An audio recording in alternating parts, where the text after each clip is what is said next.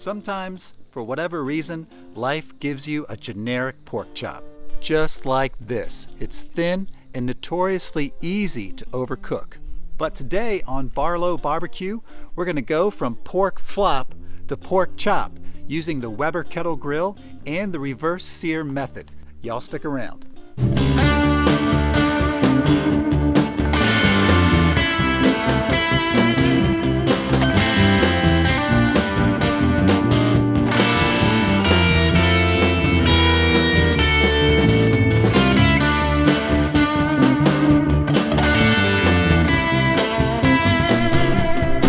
Looking at our pork chops, these are the center cut of the pork loin, and the first thing to do, we're going to remove this outer layer of fat right here on both sides, or both of these chops, okay?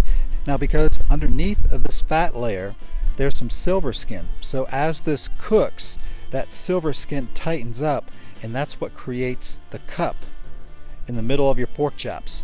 So by removing that line of fat and the silver skin, the pork chop will be able to stay flat for the duration of the cook.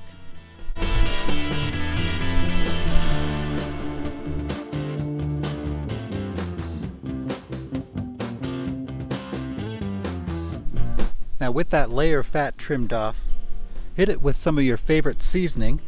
We're using some Rattlesnake Bite from Rustlin Robs. I'll have a link to their website right down below. And this is a blend of some exotic peppers and herbs. It goes really good with pork.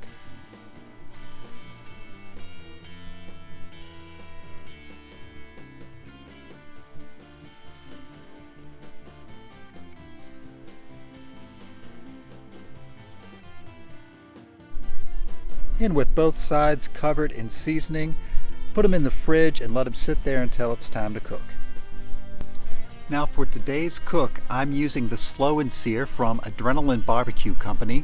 I'll put a link to their website right down below in the description box. Now if you don't have the Slow N Sear, don't sweat it, okay? You can still use your Weber charcoal baskets. They'll be perfect for the job.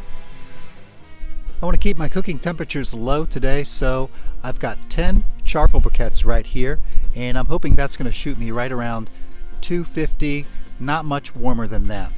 I'm going to light this wax lighter cube right here,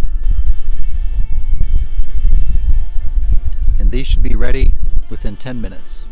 When the charcoal is ready, add some unlit briquettes to the Slow N Sear or your charcoal basket.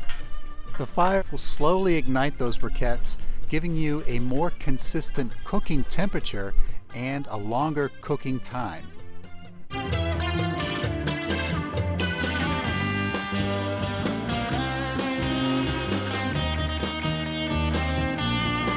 If you have a grill probe, go ahead and place that on there. Again, we're going to shoot for about 250 degrees, lower if we can.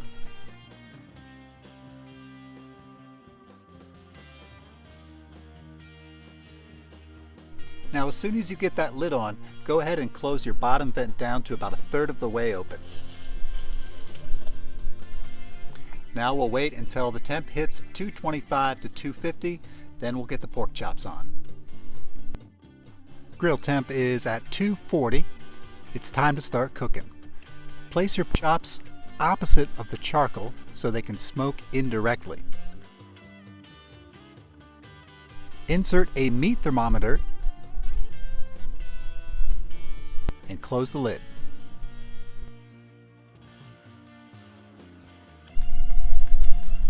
Alright, these shouldn't take very long at all. We're only cooking them until they hit about 115 degrees.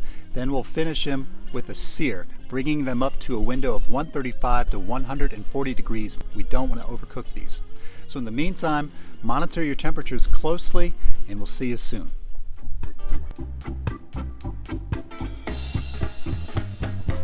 Okay, the chops have hit an internal temp of 125 degrees. It's time for the sear. We're going to give this about 30 seconds aside until it hits that range of 135 to 140. It's been 30 seconds, let's flip it.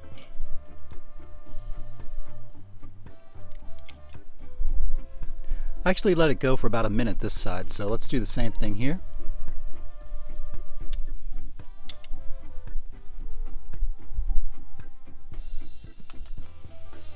Okay, about a minute. Let's flip it and take temp. Look at that beautiful golden brown, y'all. Temperature just off camera is reading 141. Let's take it off.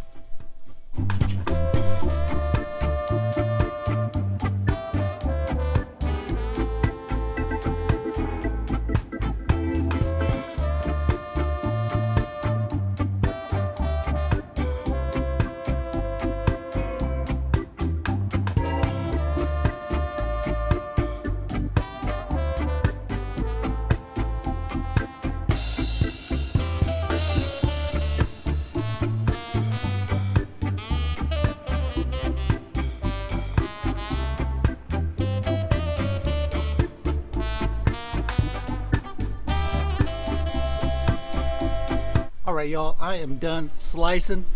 I want to get to trying this. Boom.